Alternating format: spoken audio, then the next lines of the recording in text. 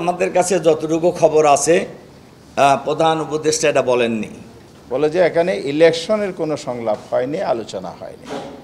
কোনো একটি দলের নেতা যদি এসে জাতির সামনে এরকম বলেন যে প্রধান উপদেষ্টা এটা বলেছেন, তা আপনারা কি লক্ষ্য করেছেন প্রধান উপদেষ্টার প্রেস উইং সবসময় ব্রিফ করে, অথবা কোনো অথরিটি কোনো উপদেষ্টা মুখপাত্র হিসেবে কথা বলেছেন, এরকম কিছু আপনারা লক্ষ্য করেছেন? আমার মনে হয় সবাই না বলবেন, কারণ এটাই সত্য। এই জন্য কোনো ব্যক্তি বা দলের নেতা বললে ওন রেসপন্সিবিলিটি উনি বলেছেন। কেন বলেছেন? ওনার হয়তো দলীয় স্ট্যান্ড থেকে উনি কথা বলেছেন। তা আমরা এটাকে সঠিক মনে করি না, এবং জাতীয় এটাকে কোনোদিন মেনে নেবে না। কারণ সরকার নিজে যতদিন বলবে না যে অমুক দিন অমুক তারিখ অমুক মাসে জাতীয় নির্বাচন অনুষ্ঠিত হবে, এর আগে কোনো বক্তব্য গ্রহণযোগ্য হতে পারে না। জুলাই সনদ আমরা আশা করছি, এই কমিশনও চেষ্টা করছে, আমরাও মোটামুটি এই পয়েন্টে একমত। 31শে জুলাইয়ের মধ্যেই জুলাই সনদ ঘোষণা করা হবে। আসলে হয়েছে কি, যদি দিয়ে এত কোনো কথার কোনো সমাপ্তি নাই, যদি এইটা যদি ওইটা, এ ব্যাপারে আমাদের কাছে কোনো তথ্য নাই যে প্রধান উপদেষ্টা এ ব্যাপারে কোনো বক্তব্য রেখেছে।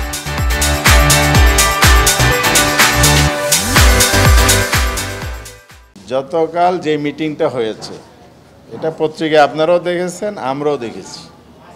এর আগে কিন্তু আরও 2টা মিটিং হয়েছে। সেই মিটিংগুলোতে প্রথম মিটিংয়ে আমি নিজেই ছিলাম।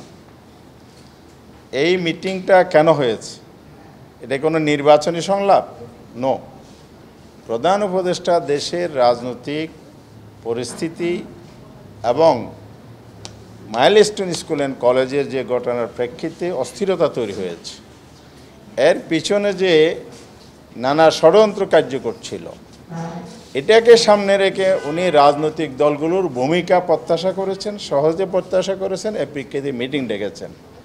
3টা মিটিংয়ে যারা উপস্থিত ছিলেন, প্রত্যেকটি মিটিংয়ের সদস্যদের সাথে আমার কথা হয়েছে। বলে যে এখানে ইলেকশনের কোনো সংলাপ হয়নি, আলোচনা হয়নি।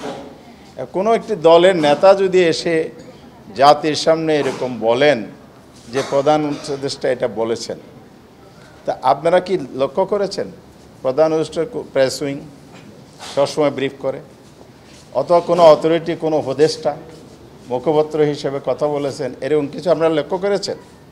আমার মনে হয় সবাই না বলবেন, কারণ এটাই সত্য। এই জন্য কোনো ব্যক্তি বা দলের নেতা বললে ওন রেসপন্সিবিলিটি উনি বলেছেন। কেন বলেছেন?